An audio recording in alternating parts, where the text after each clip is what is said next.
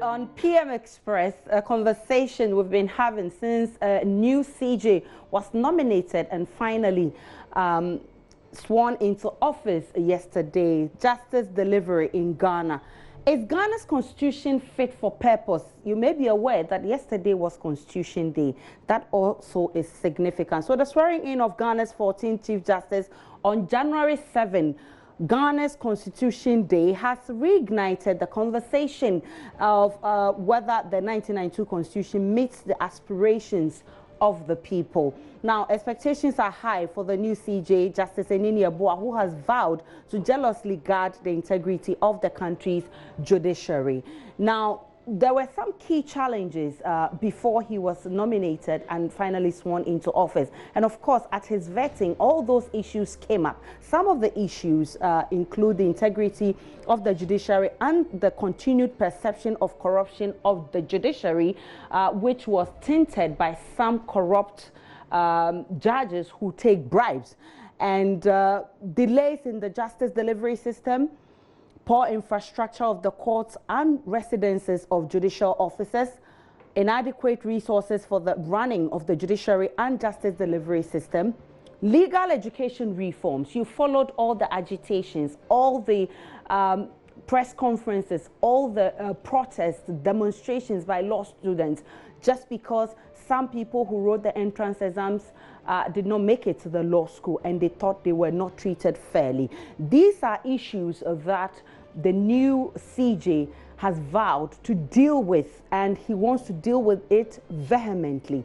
Now, the success or otherwise of the CJ's plans to improve justice delivery system, for instance, will largely depend on how well the 1992 Constitution is interpreted. And that's the reason why the 1992 Constitution has become a subject of discussion. The 1992 Constitution, since the day January 7 was declared as Constitution Day, has become subject for discussion, and many describe the Constitution in its current state as one with several shortfalls and gaps that need to be looked at. Now, I don't know what you think of the 1992 Constitution, but a lot of people think that after 27 years, the Constitution must be reviewed. The people who think there are gaps, these are issues we'll be looking at. But tonight, the biggest question we're asking is Ghana's Constitution fit for purpose? Stay with us.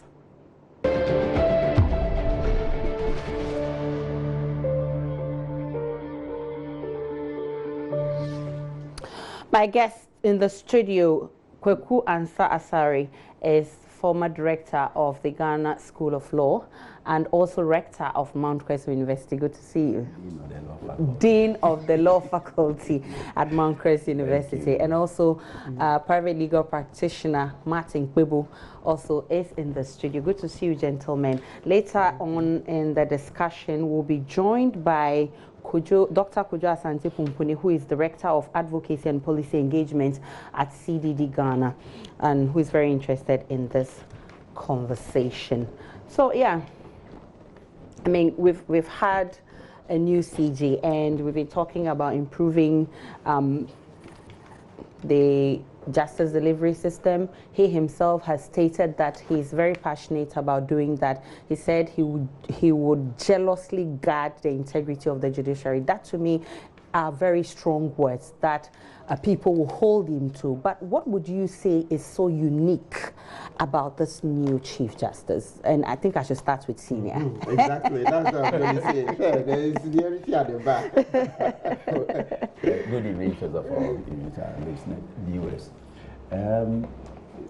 In terms of what the President said yesterday, I mean, for the funny side of it, what is so unique about him is his passion for football.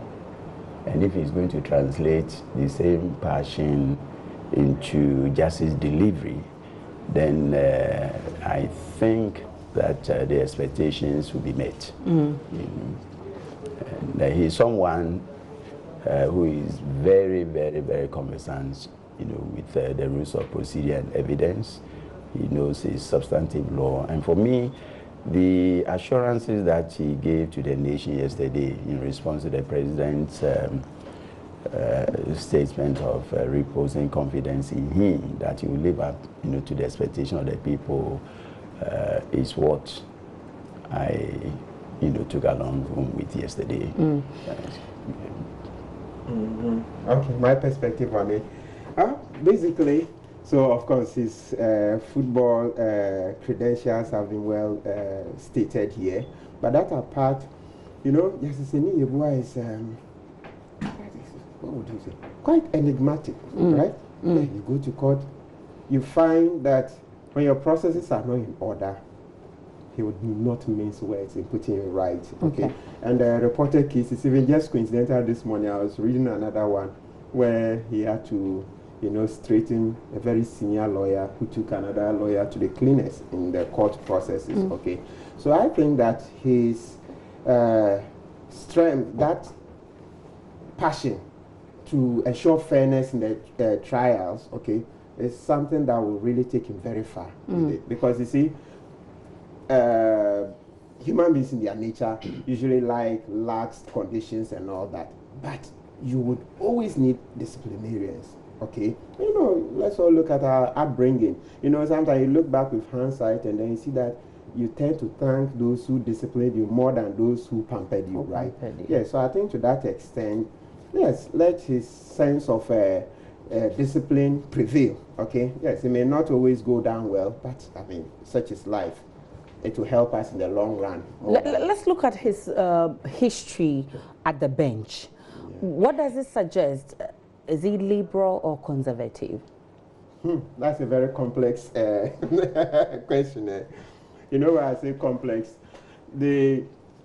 One judge was asked that question and then he said, look, he doesn't fit into that categorization of liberal and what do you call it? Conservative. But rather he thinks that it's the cases that are brought before him. So that what we are saying is that you would find that looking at the way some cases are presented, you have no option. So it depends on what the person is asking for. So I would say that really I don't want to stick out because it just depends on the cases that he's dealt with. You see, yes, so with experience, because some of the cases you think, oh, this is lax, I mean, he's liberal, another. So let me look for a very appropriate example. So let's say in the election petition, good. So you see that in the election petition, he was quite strict on the rules. Okay, so in all the instances that he found that, look, okay, these rules, you haven't gone by them, biometric verification. If you haven't done so, then we will check out these results. Okay, yes, rather than you find those on the liberal side who will say, oh, elections are such that by all means we would have to make room for human lapses and all that. So I'm saying that depending on the cases, in one case you tend to think, oh, he belongs in the camp of the conservatives. In another, you would think that he's a liberal. So I really just want to take it one case at a time. At a time. You did at the very when he was asked the question as to his leanings, in terms of his philosophy, he said, his philosophy is the Constitution, which, for me, is the watershed. That he is for the Constitution, he'll be upholding the Constitution, which means, first and foremost, that is, very, very conservative. Very conservative. Now, in terms of judgment, we have the strict constructionists, among them, and they stick to the letter and spirit of the Constitution. So if he says that his philosophy is the Constitution of Ghana, then I understand him to be suggesting that he is always willing and ready to uphold the tenets, of the Constitution. So bracketing him or pigeonholing him in terms of, liberalism or conservatism, or will not, as Michael has, already indicated, will not fit happily into one, because today, he is for the Constitution, tomorrow he will be for... He will be given purposive interpretations. Sure. So it depends, on case-by-case basis, you can, but overall, since he himself uttered the word the Constitution, then I think that... There must be very serious or interesting cases you can resonate with Justice Eninia-Boa? What are some of the cases for you that stood out for you in I mean in all the years that he has spent on the bench? I will single out the election petition because we needed very bold, judges, bold spirits, who will not be splitting hair, who will just go straight, to the issues. And for him, the way he analyzed, the key events, of the period, and said, look, if you, take the 11,000 polling stations, that caused a lot of infractions, and contrasted it with the 15,000, there was no way either candidate was going to obtain the 50 plus 1%, to be. So as far as he was concerned, it was desirable to have, fresh elections. Most people didn't understand. They thought that he was playing politics. He must be an MPP. But the way he analyzed it, I mean, it was so commonsensical that you people are alleging that there were infractions in 11,000 polling stations. But as far as 15,000 polling stations where you could leave that. Now, if you left the 15,000 intact and rerun all the 11,000, would that, result ultimately to the 50 plus 1% that, either party, either candidate will need, in order to win the election? But his brethren thought otherwise, and he will go, in posterity as one of the few judges who rose to the occasion. And he could have lost this position merely because of that. That this is somebody who one day say that, oh, let us rerun. Politicians don't like that sort of thing. And I respect the president, for the choice that he has made. Talking about election petition, and the president yesterday at the Jubilee House, whilst he was swearing in Justice Eninia-Boa, made a very significant point, and I want to quote him. He says, it's unacceptable, the practice where some judges give rulings and orders without reason. And you remember how the 2012 ruling was giving the judgment was just in like 3 minutes. There was no reason. It was actually later when we saw the full judgment. Then you read and then get the full reasoning. Is this something that normally happens in court? And as a legal practitioner, have you had cause to worry about this kind of behavior? To be candid, the incidence of judgments or rulings without reasons, I think basically now it's not a major problem in the judiciary. Okay. And as of it's never been since I started practicing. So sometimes when I hear that comment, then I'm like, oh, or maybe is there something I'm not reading? Yes, because at least I've done about this 12 into 13 years. So senior is more, far more senior. So maybe he can tell that whether perhaps it was far more rife. It came up in one of the Chachu cases, okay? Yes, and the Supreme Court said, well, that's not fatal. So apart from the Chachu case, in recent times, I haven't seen that particular problem taking center stage.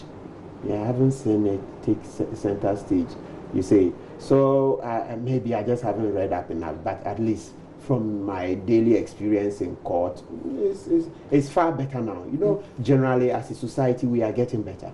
If you look at even the institutions we have today, it wasn't like that yesteryears, right? So naturally we are improving. So I'm yet to see the incidence of rulings or judgments without reasons being a major problem. I really am not aware.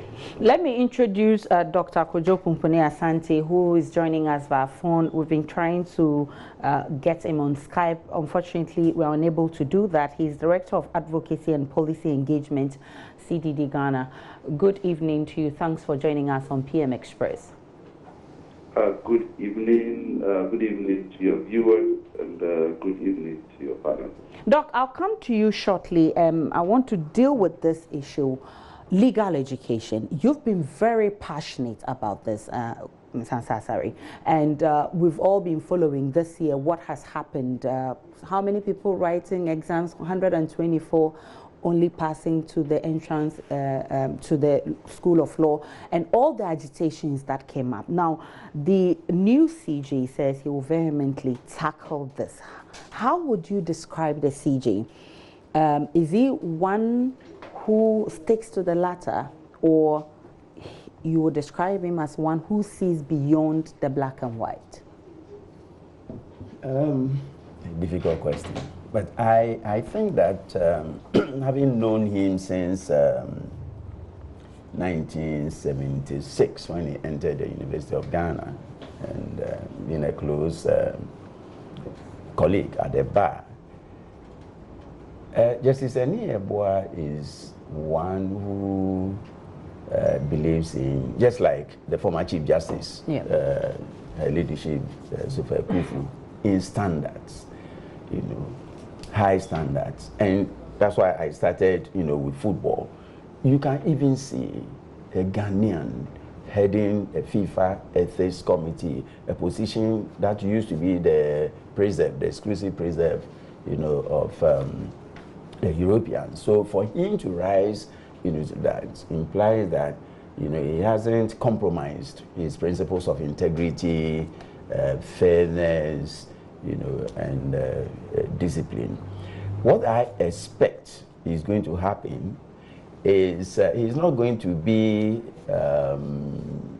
in contrast, to a leadership, my good friend, Justice Sophia Kufu, in that 50 is 50. I believe what Justice Enieboa might probably do, will be to look at the objective conditions on the ground, and to translate the admission processes into that. He's been on the Supreme Court for some time now, and let us all hope that he's not going to say, being a football and enthusiast, he's not going to say, like the former CJ did, that a kakiti and keshe so and share, that is going to be the point of departure between the former Chief Justice, the immediate past Chief Justice, and the new Chief Justice. I can predict, that he is going to confront the problems, of legal education with some human face. A situation where 1,840 write exams and only 128 are credited with, some sense of understanding or comprehending the question. It's not good enough even for the image of the nation. And we need a very, bold but fair judge. Justice is all about fairness. Justice is not about, straight jacketing things and saying that 1 + 1 is 2 and 1 + 1 must always be 2. It doesn't happen.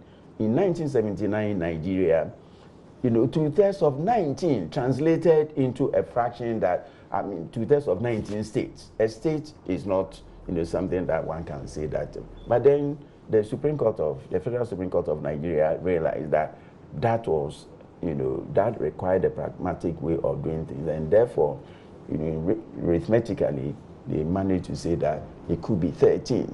If we approach, the examination challenges in terms of that, then Justice Enieboa might probably say that, okay, we have 1,840. How many students would we be admitting this year? And in terms of numbers, the General Legal Council will be admitting, let's say, 600, and we have space for that. We have accommodation or housing, for them, and then the teachers.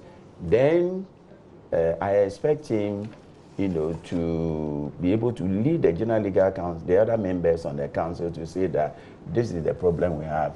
And so that people are not going to say, because it is election year, therefore the rules are being relaxed. I don't expect Justice Enieboa, to do that. I rather expect him, to do exactly as the president. The president sounded very, very sincere and genuine yesterday.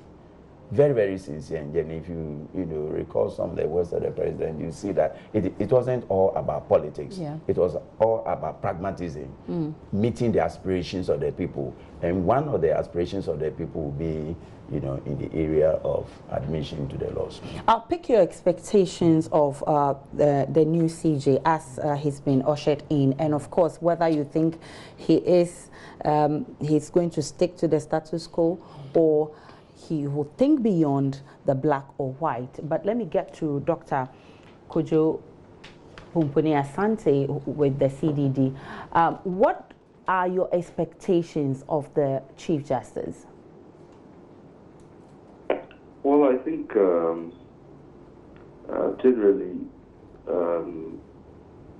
access to justice is still a big issue for our country. I mean, we've done well progressively since the reforms from Justice Aqua and then Georgina Wood. It's continued. I mean, it's interesting now that you didn't have now a public relations unit of the judicial service. The judiciary has gone through quite a lot of transformation. Sometimes almost instigated by unpleasant things like the announced videos and all of that. But it's been for the good. Now the Judicial Complaints Unit is a very active unit which is expanding and is taking its responsibilities very seriously. So there is still a lot to be done in making justice accessible to the ordinary Ghanaian. I think one of the big issues is just really trying to demystify the law and the law procedures in court, so that when people, come, which is basically justice is just another public service, another public good that it should be very easy for people to access. But a lot of people still struggle to understand sort of, basic information and get access to basic information. So there's a lot for the Chief Justice to try to continue and ensure that we're moving in the right direction. I understand he's, I don't know if you will use the word conservative judge. Some people have talked of him as a reformer. So it's still unclear what kind of judge we're going to get on different matters. I heard him on issues of conflict of interest, and I was a bit worried. It's an example of receiving court and still delivering justice. So there are obviously you will not get everything in one person, and I'm looking forward to seeing what he seeks to accomplish. But oftentimes there's not a lot of time for the Chief Justice to accomplish. I think Georgina Wood was fortunate; she was there for a longer time, was able to do quite a lot. We wait to see what we'll get from the new Chief Justice. Definitely, Martin Kpebu, you are a legal practitioner. You've had a lot of encounters with the new Chief Justice. What are your expectations? In fact, the issues are so many, and of course, during the vetting, a lot of them came up. What are your expectations? Okay, that he's going to apply himself as diligently as humanly possible, okay, to resolve the problems that we have. I think during the vetting, as you mentioned, on a number of occasions, he mentioned the issue of access to justice. They've called this infrastructure, okay, they are woefully inadequate. So he talked about expanding infrastructure, talked about appointing more judges so that they can help dispense justice, okay. And of course, we also have to look at the conditions for the judges and the judicial service staff, okay, because it's all, we need an eclectic approach. if you were to build 1,000 fresh courthouses and you don't have enough judges or very poorly paid judges, they wouldn't have done much, you see. So we would need a lot of resources. So when I heard him, I was like, wow, this looks very good. But you know the circumstances of our country, we don't have much, of course, but except that because sometimes we've not been very efficient in using the little that we have, so it causes a lot of worry. But if truth be told, we really don't have much in this country. We really don't have much. And that's how comes usually from time to time we'll call on our political leaders to, you know, do more, to be able to be more efficient in the way they use their resources. Otherwise, you know, there's cynicism that Ghana is so endowed with resources and they are the ones wasting it. Will continue, because you see that it's sunk deep in us to the extent that people don't want to pay taxes. Actually, every time I like to mention this example because I'm so shocked. The GRA has said that we have about 6 million of us working. I'm talking about direct taxes, income taxes, and that only about 1.5 million of us pay income taxes. So the remaining 4.5 don't pay. Yeah. I'm not talking about taxes on fuel, VAT, and I'm talking about income tax, our monthly salaries. How can 6 million people work and only 1.5 want to pay taxes? So you see that it's run deep in our veins that government doesn't use our resources well. That's how come these people don't want to pay. You see. So all I'm saying is that yes, we have very big plans, but it looks like if we were to continue at this rate with the kind of resources that we have, we cannot do too much. Maybe incremental changes here and there. So and quite you want to make a point? To just a quick reaction to what my good friend Kojo said about conflict of the issue of conflict of interest. I would rather use that to commend Justice Eni Yeboah highly. Most Ghanaians, you know, would have said, "Oh no, I won't take it." I mean, I'll be a double standard. For me, for Justice Eni Yeboah to say, "Look, investigate, you know, the circumstances and ask to find out the rationale behind it, the objective, if you come to me and you say, look, it's Christmas time, we've been friends, this is, you know, my fowl or my goat, so I'll take it." He said so publicly. He knew the whole world was watching him. I mean, that is the mark of, you know, somebody who is going to live up to the tenets of his upbringing. The Constitution in Article 128, you know, says that there are two conditions: high moral integrity, that's proven integrity, and then, you know, seniority at the bar. If he had said, "No, I won't accept it," I, Kwegu Anzesari, would immediately have reacted. I mean, you are not being truthful. He was so candid, and if a person is not lacking in candor, you can work with him. Because he said that, look, give it to me, I'll take it. But I am not saying that I'll take everything. I'm, you know, very much alive to my cultural sensitivities. I know that if I refuse something from Michael, it is an offense. We'll consider it, you know, offensive, you know, culturally. So it is the cultural sensitivities, you know, that came to play when he made that. Some people are trying to interpret it otherwise.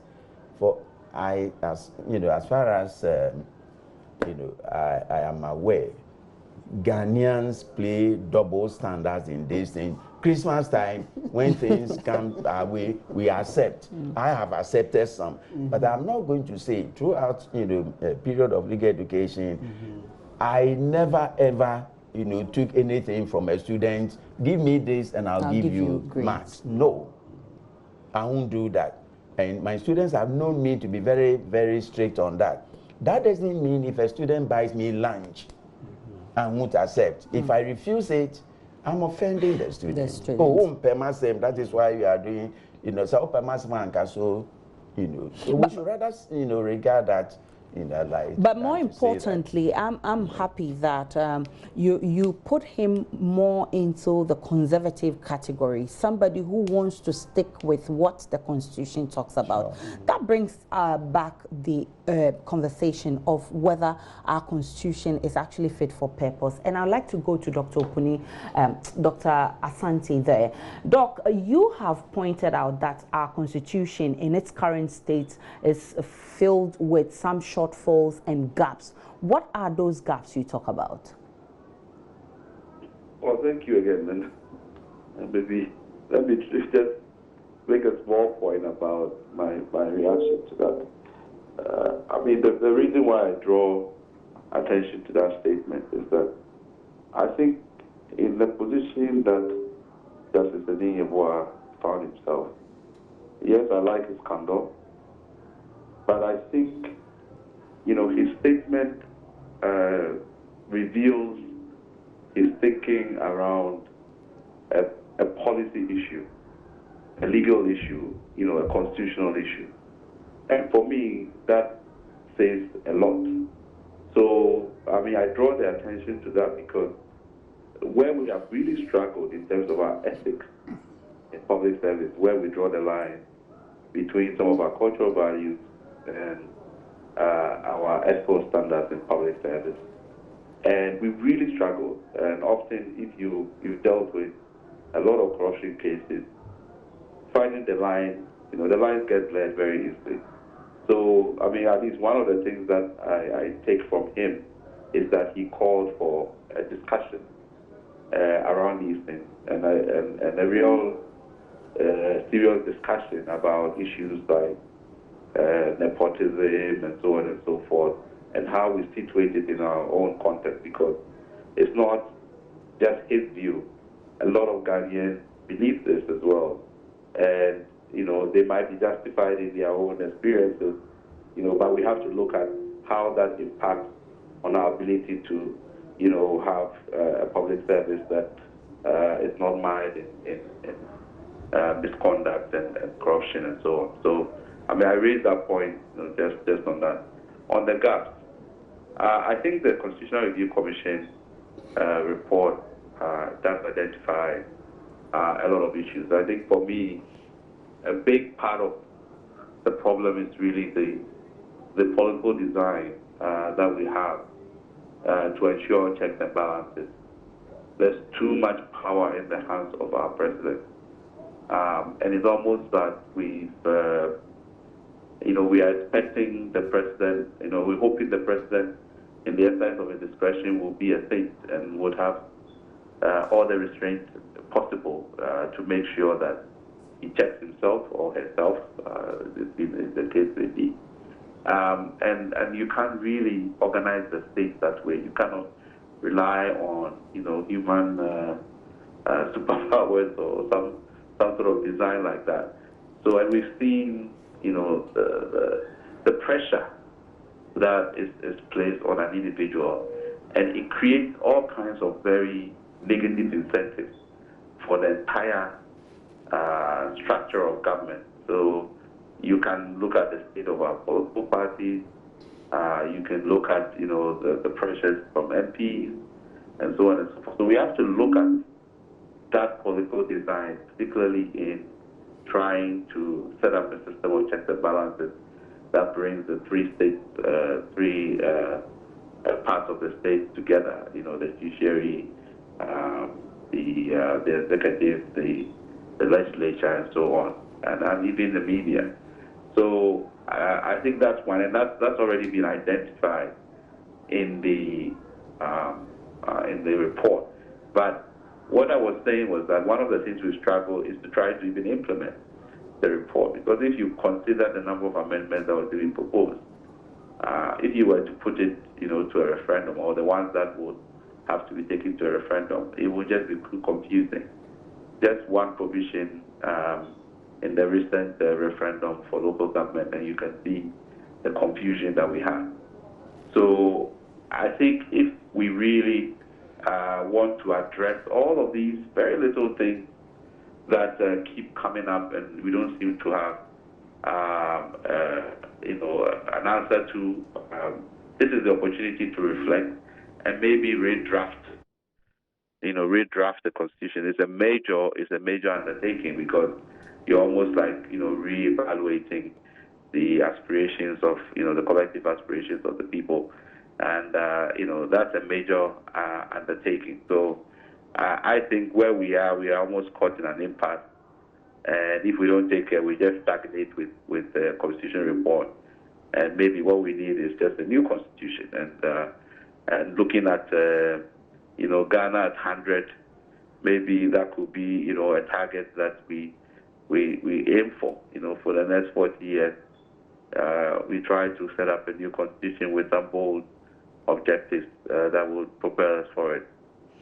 I'm grateful for your time. Dr. Kojo Pumpuni Asante is Director of Advocacy and Policy Engagement at CDD Ghana, and he's been punching some holes into the Constitution. When we come back from this break, we'll be looking at some suggestions that people sneaked in some clauses, especially the provisions that has to do with transition, some indemnity clauses in the Constitution just to favor some people. We'll look at whether the Constitution actually meets the aspirations of Ghanaians.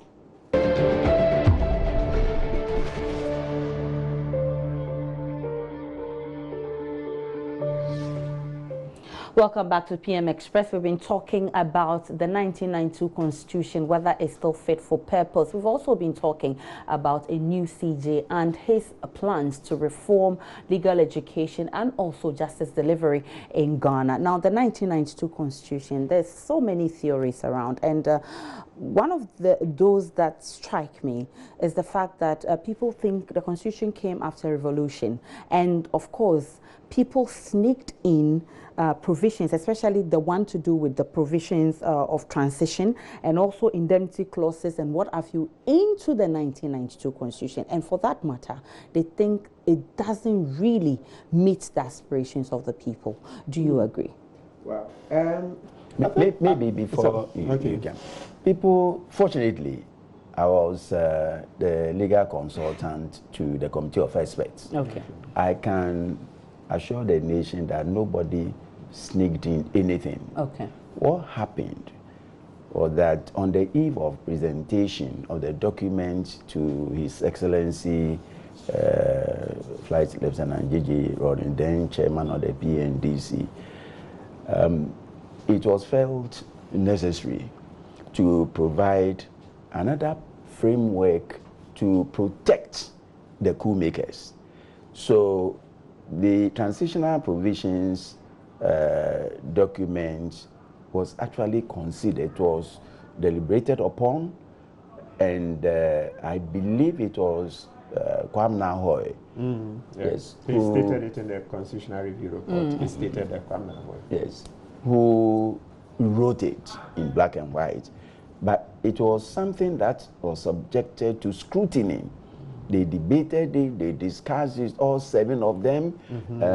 It was reviewed by the late B.J. Darocha, Dr. Obede Samawa, before Nana SKB Sante's committee made the presentation. So as somebody with personal knowledge of the process, I can say that nobody sneaked anything in there. No. I'm more interested in the letter and spirit that you find in the preamble of the Constitution, and I'm aware that the spirit is supposed to be that of the nation, the people, that this book is governing. Now, does it meet the aspirations of the people?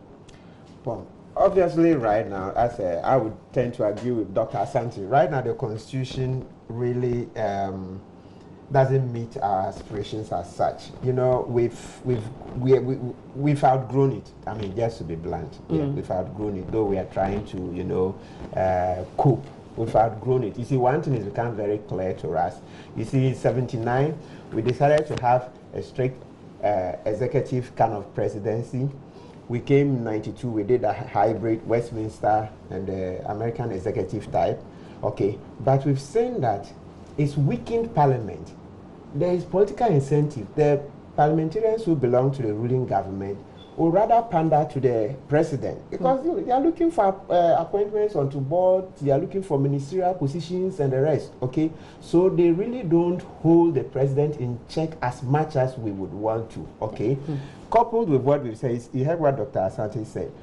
We drafted a constitution in the hope that the president will be a saint. But we don't have human beings for saints. Yeah. You say, yes, not living human beings. Usually, you know, I'm a Catholic, posthumously, then they are made saints. But no one else they are living.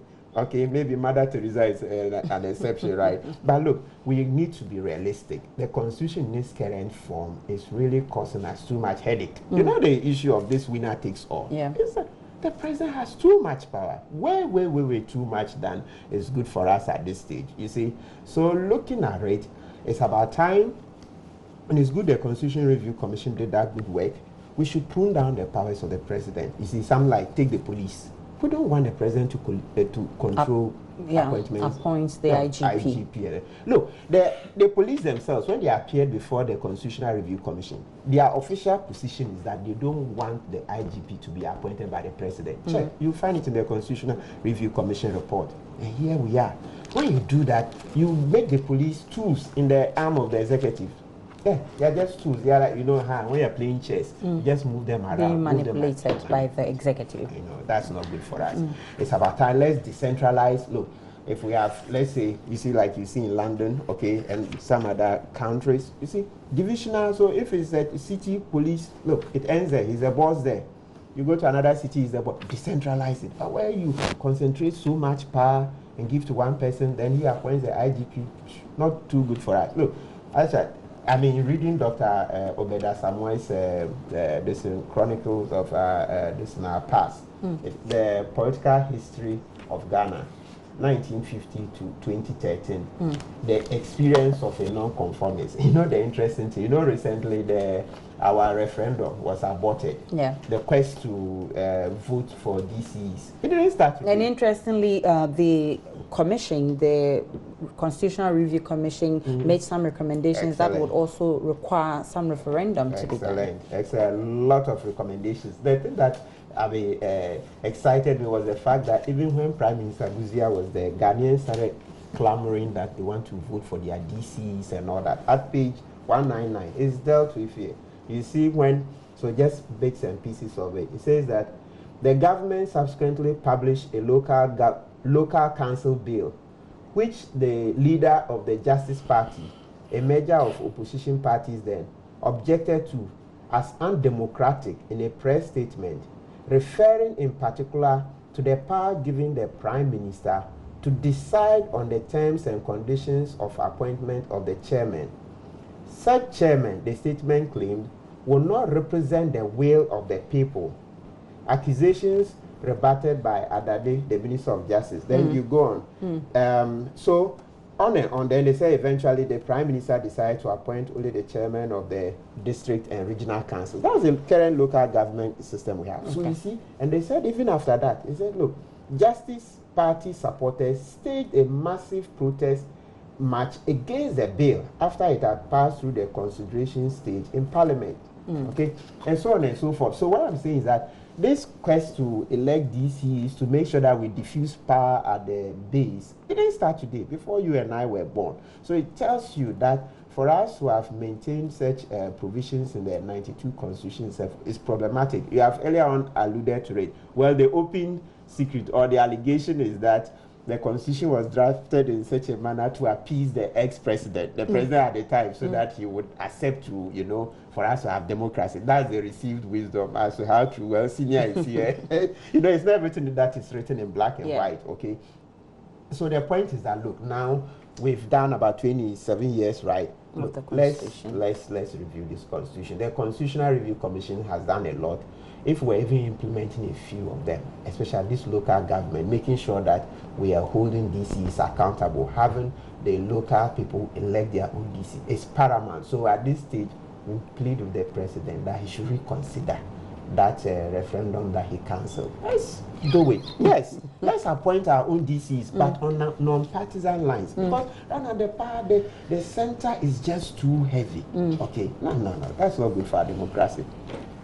Well, for me, for purpose. yes, it is. It is fit for purpose. And I say so because if you look at the preamble, it's quite clear, we the people, and then it catalogs what and what and what and what, you know, we expect. This issue of the president having too much, you know, or too much power being concentrated in the hands of the president, for me, is a non-issue.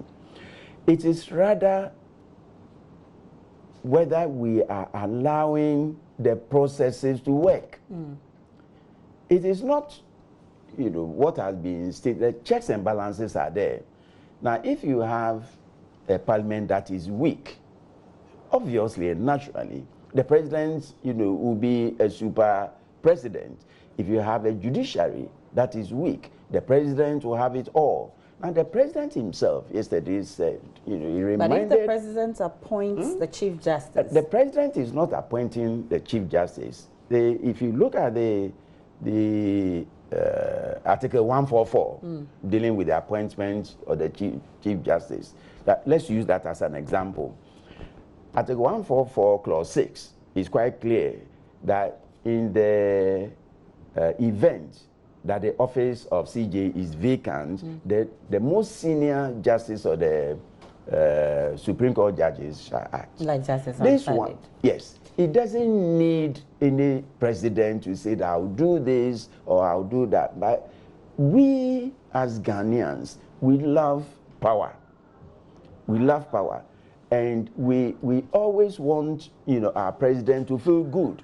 You put somebody, you know, in the presidency and let the president try to kowtow to the wishes of a certain segment of Ghanaian society, or a king weak, remove him. So you think that the constitution in its current state that gives too much power to the president? No, I disagree. It doesn't give too much power to the president. You know, it's fair.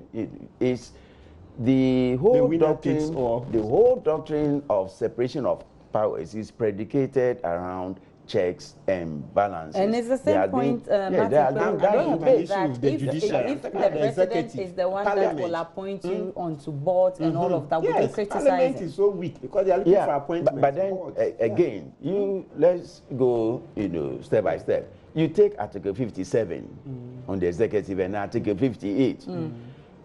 If you have a cabinet, for instance, that is, and I've been in administration before, General Legal Council, you attend meetings, it's a talk shop for the Chief Justice as chairperson, and then the Director of Legal Education. The others, you know, are just spectators. Is that sometimes you even appeal to them, that's the nature of the Ghanaian. No, we don't, of course, we don't, you know, as a people, because how do we butter our bread, for instance, and who provides it? So, so don't blame the president, blame the people. I am, you know, very outspoken on legal education, and I don't care, you know, who is giving me bread or butter or this thing. I am passionate about legal education. My conscience tells me I should do what is right to enhance. That is you, and of course, so it's the people. The human being is not a saint. And you know, the law, it says that without the law, the human being would be like an animal. When people, you know, scramble for power, you know, people, you go to the president, you go to the president's house, you know, on election day. Ministers are, you know, virtually begging, you know, that is so that's it is the people. So what would you write? What would you like, you know, to be put in the constitution to prevent that? You can't. It's the people. So that's why in '79 we had that total separation. That look, we would not have ministers being parliamentarians at the same time. And Liman was blamed. And Liman was blamed. We should go back because the Americans, but Liman was blamed. I'm grateful for your time. Martin Kwebu is a private legal practitioner and the legendary teacher. is the former director of the Ghana School of Law. We were joined also by Dr. Asante of CDD Ghana. This is a conversation that will not end today, especially as we've set out January 7 as a day to celebrate our Constitution. This is the conversation that I think will continue as the days go by. But you have to stick with Joy News because we've always had updates on all the developing stories. My name is Aisha Ibrahim. Many thanks for watching. Enjoy the rest of our programs.